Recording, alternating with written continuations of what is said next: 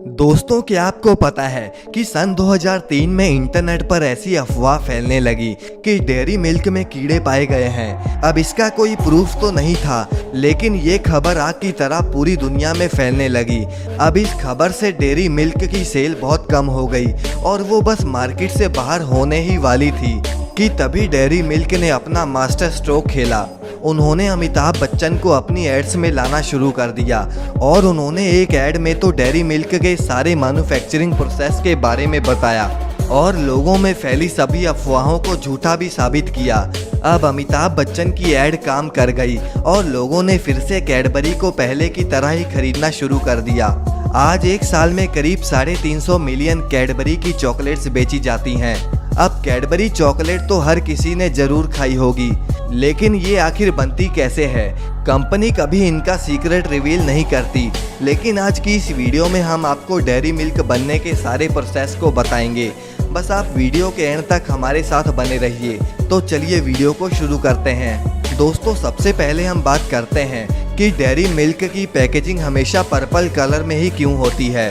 दरअसल जब इसे बनाया गया था तो कैडबरी ने क्वीन विक्टोरिया को पर्पल कलर की पैकेजिंग में चॉकलेट्स भेजनी शुरू कर दी, क्योंकि पर्पल कलर उस समय एक रॉयल कलर माना जाता था और तब से लेकर आज तक पर्पल कलर ही कैडबरी की पहचान बन गई। अब आइए हम जानते हैं कि चॉकलेट कैसे बनाई जाती है। डेयरी मिल्क चॉकलेट को बनाने के लिए सबसे पहले कैडबरी दुनिया के सबसे बेस्ट कोको बीन्स को घाना देश से इकट्ठा करती है। अब यहाँ काम कर रहे लोग सबसे बेस्ट क्वालिटी के कोको बीन्स को चुनते हैं और उसके बाद जैसे मूंगफली के दानों को उसके शेल से निकाला जाता है, ठीक वैसे ही कोको बीन्स को भी उसके शेल से बाहर निकाला जाता है। अब बीन्स के सभी मॉइस्चर को रिमूव करने के लिए उसे अच्छे से सुखाया जाता है और जब वो अच्छे से सूख जाते हैं तभी उसे ट्रक्स में भर के यूके की सबसे बड़ी कैडबरी की फैक्ट्री में ले जाया जाता है। अब फैक्ट्री में उन बीन्स को सबसे पहले अच्छे से साफ किया जाता है और उन बीन्स के टेस्ट को एनहांस करने के लिए उन्हें अच्छे से रोस्ट किया जाता है, जिसके बाद उसमें मीठी चॉकलेटी सी स्मेल आने लगती है। अब रोस्टेड बीन्स को अच्छे से ग्राइंड करके उन्हें कोको पाउडर में बदल दिया जाता है। कोको पाउडर वैसे स्वाद में कड़वा होता है और उसके कड़वेपन को दूर करने के लिए कोको पाउडर में फ्रेश फुल क्रीम मिल्क और ढेर सारी शुगर मिलाई जाती है, जिससे वो एडिक्टिव भी बन जाती है। अब इस मिक्सचर को तब तक मिलाया जाता है जब तक वो एक गाढ़ा लिक्विड ना बन जाए। नेक्स्ट प्रोसेस में उसी लिक्विड को एक वैक्यूम ओवन में डाला जाता है ताकि वो कम्प्लीटली ड्राई हो जाए और इसके बाद उसे सॉलिड पाउडर में बदला जाता है। अब इसे 2 बार पाउडर इसीलिए बनाया जाता है क्योंकि जितनी बार इस मिक्सचर को प्रोसेस किया जाएगा आपकी चॉकलेट उतनी ही सॉफ्ट और टेस्टी बनेगी और यही वजह है कि चॉकलेट मुंह में जाते ही पिघल जाती है।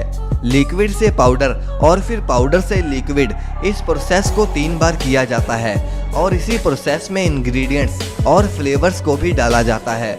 अब इसे अच्छे से तब तक मिक्स किया जाता है जब तक ये एकदम सॉफ्ट लिक्विड ना बन जाए। अब इस लिक्विड को मोल्ड में डाला जाता है, जिससे वो शेक होते होते सीधा फ्रीजर की तरफ बढ़ते हैं। उस लिक्विड को शेक इसीलिए किया जाता है ताकि चॉकलेट के बीच में कोई गैप या फिर बबल ना बन जाए।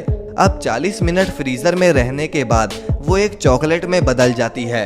अब आपकी चॉकलेट बनकर तो तैयार है, लेकिन उस पर अब ग्लॉसी लेयर चढ़ाई जाती है ताकि आपकी चॉकलेट जल्दी मेल्ट ना हो और वो देखने में भी अट्रैक्टिव लगे।